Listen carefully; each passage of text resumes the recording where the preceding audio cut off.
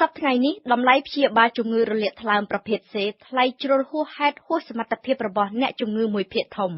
នេះបើតាមការកត់សម្គាល់របស់ទីប្រឹក្សាអង្គការសុខភាពពិភពលោកដែលអំពាវនាវឲ្យរដ្ឋាភិបាលអង្គការអន្តរជាតិសប្បុរសជនសង្គមស៊ីវិលនិងឧស្សាហកម្មឱសថទាំងអស់ធ្វើការរួមគ្នាស្វែងរកដំណោះស្រាយយ៉ាងណាឲ្យការព្យាបាលជំងឺនេះអាចទៅដល់ជូនដល់បណ្ដាជនអ្នកមានផ្ទុកជំងឺគ្រប់រូបនិងយ៉ាងទូលំទូលាយប្រទេសដែលមានអត្រាកើតជំងឺរលាកថ្លើមប្រភេទ C ខ្ពស់ជាងគេនៅលើពិភពលោកគឺប្រទេសអេស៊ីបមានជាង 10% នៃប្រជាជនសរុបប្រទេសប៉ាគីស្ថាន 4.8% និងចិន 3.2% នេះបើតាមប្រភពព័ត៌មានផ្ដល់ដោយអង្គការសុខភាពពិភពលោក OMS ដែលបានបញ្ជាក់ជាថ្មីនៅសប្តាហ៍នេះថាស្ថិតិនៃអត្រាអ្នកកើតជំងឺរលាកថ្លើមប្រភេទ C នៅតាមប្រទេសផ្សេងៗទៀតនៅលើពិភពលោកមានចំនួនតិចតួចណាស់ក៏ប៉ុន្តែអ្នកឯកទេសយល់ថាតួលេខនោះមិនអាចយកជាការបានទេហេតុអ្វីពីព្រោះមនុស្សភាគច្រើនរស់នៅមិនដឹងខ្លួនថាមានផ្ទុកមេរោគរលាកថ្លើមហើយអ្នកជំងឺរលាកថ្លើមប្រភេទ C មួយភាគធំគឺគ្មានបញ្ចេញរោគសញ្ញាតើជំងឺរលាកថ្លើមប្រភេទ C ជាអ្វីជំងឺរលាកថ្លើមប្រភេទ C នេះបង្កឡើងដោយវីរុសចម្លងពីមនុស្សម្នាក់ទៅមនុស្សម្នាក់ទៀតតាមរយៈឈាមនៅលើពិភពលោកបច្ចុប្បន្ននេះមានមនុស្សប្រមាណជា185លាននាក់រស់ជាមួយនឹងជំងឺរ៉ាំរ៉ៃប្រឈមនឹងគ្រោះធ្លាក់កើតជំងឺហារីថ្លើមនិងជំងឺក្រិនថ្លើមយោងតាមតួលេខរបស់អង្គការសុខភាពពិភពលោកអ្នកជំងឺចំនួន 350,000 នាក់បានស្លាប់ក្នុងមួយឆ្នាំដោយមេរោគឬក៏ដោយផលវិបាកនៃជំងឺរលាកថ្លើមប្រភេទ C យើងស្ដាប់ប្រសាសន៍របស់លោកវិជ្ជបណ្ឌិតអង្គចក្រវុឌ្ឍពន្យល់អំភ្លឺអំពីអ្វីទៅជាជំងឺរលាកថ្លើមប្រភេទ C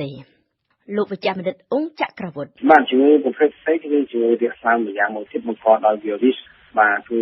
វាអាចបង្កឲ្យមានក្រិនថ្លើមនិងមហារីកថ្លើមដូចប្រភេទ B គ្រាន់តែវាខុសគ្នាបន្តិចត្រង់ថាវីរុសប្រភេទ C នេះគឺយើងមានថ្នាំព្យាបាលហើយដែលអាចជាដែលភាសាបារាំងហៅ eradication វាអាច eradicate វីរុសនេះបានដោយមានរយៈព្យាបាលរយៈពេលមួយកំណត់ជា21អាទិត្យឬក៏40អាទិត្យឈឺខាងប្រភេទ C នេះមិនមែនថាឲ្យតែឈឺតែព្យាបាលរបស់នេះមិនទេគឺត្រូវតែជួបគ្រូពេទ្យនឹងមើលថាតើយើងដល់ដំណាក់កាលដែលត្រូវព្យាបាលហើយនៅដំណាក់កាលរបស់ថ្លើមប្រភេទ C នេះលក្ខខណ្ឌដែលធ្វើឲ្យយើងដឹងថាត្រូវព្យាបាលឬក៏មិនត្រូវនេះគឺ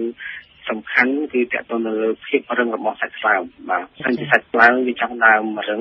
យើងសូមបញ្ជាក់ឲ្យច្បាស់ថាពាក្យខ្មែរយើងមានថាភាពរឹងហើយនិងក្រិនបាទដែលភាសាបារាំងហៅថា fibrose ហើយនិង sero បាទ fibro ខ្ញុំសូមមកប្រែថារឹងភាពរឹងហើយsero គឺក្រិនភាពថ្លើមមុននឹងក្រិនវាត្រូវឆ្លងកាត់រឹងតិចម្ដងភាពរឹងនេះគឺយើងចំណាំដោយអក្សរ F ដែលជាភាសាបារាំងហៅ fibro ហ្នឹងវាមានពី F0 ទៅ F អង F2 F3 F កាត់នេះគឺវាស្មើនឹង zero បាទពិសេសការដែលចាប់ផ្ដើមព្យាបាលថាវិស័យនេះគឺតាមទស្សនវិជ្ជាគឺគេចាប់ផ្ដើមព្យាបាលនៅពេលដែល F ហ្នឹងទៅពេលដែលភាពហ្នឹងចាប់ផ្ដើមពីលេខ2ទៅបាទកាលណាចាប់ផ្ដើមពីលេខ2ទៅគឺគេត្រូវចាប់ផ្ដើមព្យាបាលព្រោះគេដឹងថាការធ្វើដំណើររបស់ភាពរឹងមកដល់ពាក់កណ្ដាលផ្លូវនៃទៅដល់ភាពដល់ក្រិនហើយយើងទៅចាប់ផ្ដើមព្យាបាលបើវានៅក្រោមលេខ2ទេគឺយើងអាចនៅតាមដានសិនមកចំពោះថ្លើមប្រភេទ C បាទអញ្ចឹងភាពរឹងគឺសំខាន់ចំពោះថ្លើមប្រភេទ C មកថ្លើមហើយនឹងកត្តាផ្សេងៗទៀតគឺទាក់ទងនឹងប្រវត្តិនៃជំងឺបាទដែលមានពុកម្ដាយបងប្អូនមានមហារីកថ្លើមទាក់ទងទៅនឹងប្រភេទវីរុសបាទលេខរបស់វីរុសនិងហៅ genotype របស់វីរុសហ្នឹងព្រោះ genotype ខ្លះអាចវាមានលក្ខណៈល្អក្នុងការព្យាបាលយើងត្រូវឲ្យយើងព្យាបាលទោះជា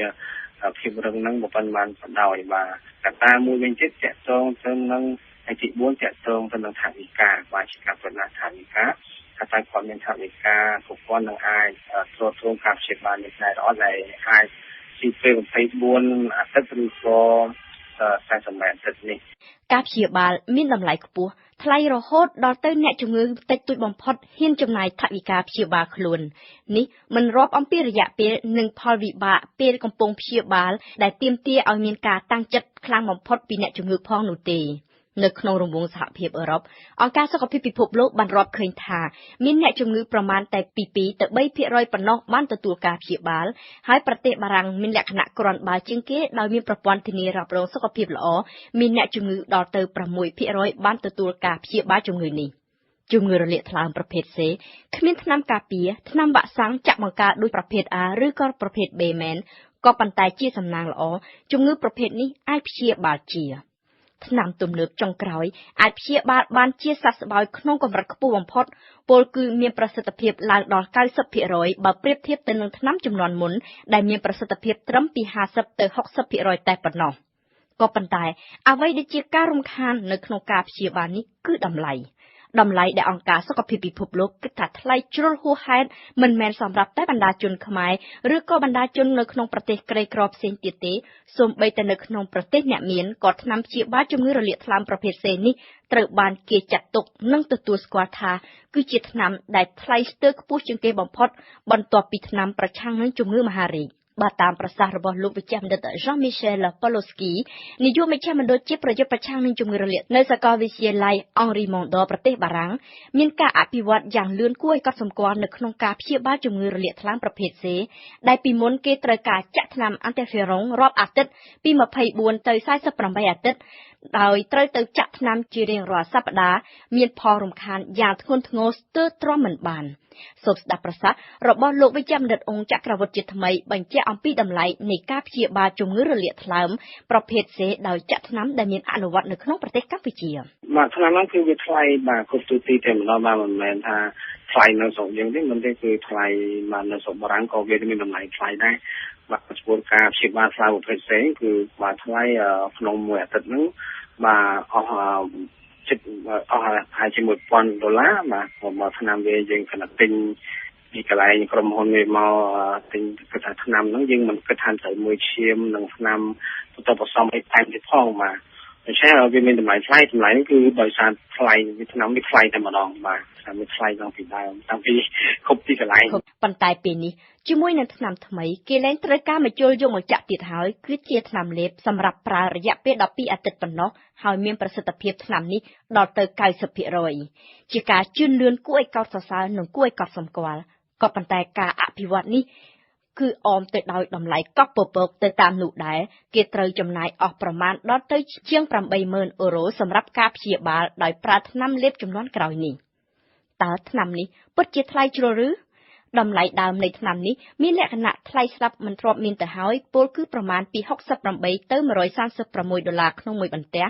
បូកផ្សំនឹងប្រសិទ្ធភាពខ្ពស់ទៀតអាចបញ្ជាករណីក្រិនថ្លើមបន្សំថ្លើមដែលថ្លៃខ្លាំងបានដូច្នេះក្រុមហ៊ុនផលិតឱសថពិតជាមានលេសនឹងហេតុផលគ្រប់យ៉ាងសម្រាប់រក្សាតម្លៃថ្នាំនេះឲ្យនៅខ្ពស់ដដែលដើម្បីអាចបញ្ចុះតម្លៃថ្នាំព្យាបាលនេះបានសម្រាប់អ្នកឯកទេសអង្គការសុខភាពពិភពលោកគឺត្រូវតែពង្រីកការប្រើប្រាស់ថ្នាំឲ្យបានទូលំទូលាយបំផុតតាមរយៈនយោបាយជាតិនិងការបង្កើតយុទ្ធសាស្ត្រពិភពលោកដោយដែលអង្គការសុខភាពពិភពលោកធ្លាប់បានធ្វើនៅក្នុងការប្រយុទ្ធប្រឆាំងនឹងជំងឺអេដស៍ឬក៏ស៊ីដាក្នុងពេលរងចាំនេះអង្គការសុខភាពពិភពលោកសង្ឃឹមថានឹងមានថ្នាំជំនាន់ថ្មីទៀតកើតចេញមកដើម្បីប្រកួតប្រជែងនៅលើទីផ្សារនិងធ្វើឲ្យតម្លៃធ្លាក់ចុះអាចឲ្យអ្នកជំងឺគ្រប់រូបអាចទទួលបានការព្យាបាលយ៉ាងទូលំទូលាយ